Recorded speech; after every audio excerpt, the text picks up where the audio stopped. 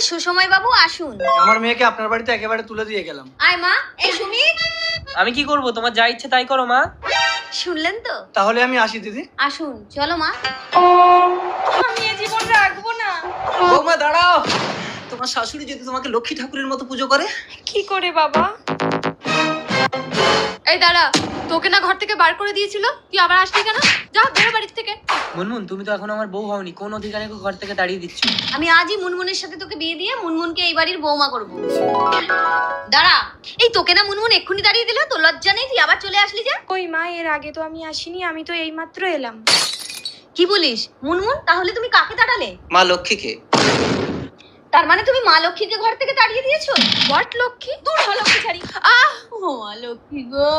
কেঁদো না দংশিনী, ওঠো ওঠো, এই দেখো তোমার ঘরে লক্ষ্মী এসেছে, তুমি একে যত্ন করো। বৌমা হলো ঘরের লোক। মা লক্ষ্মী এলো ঘরে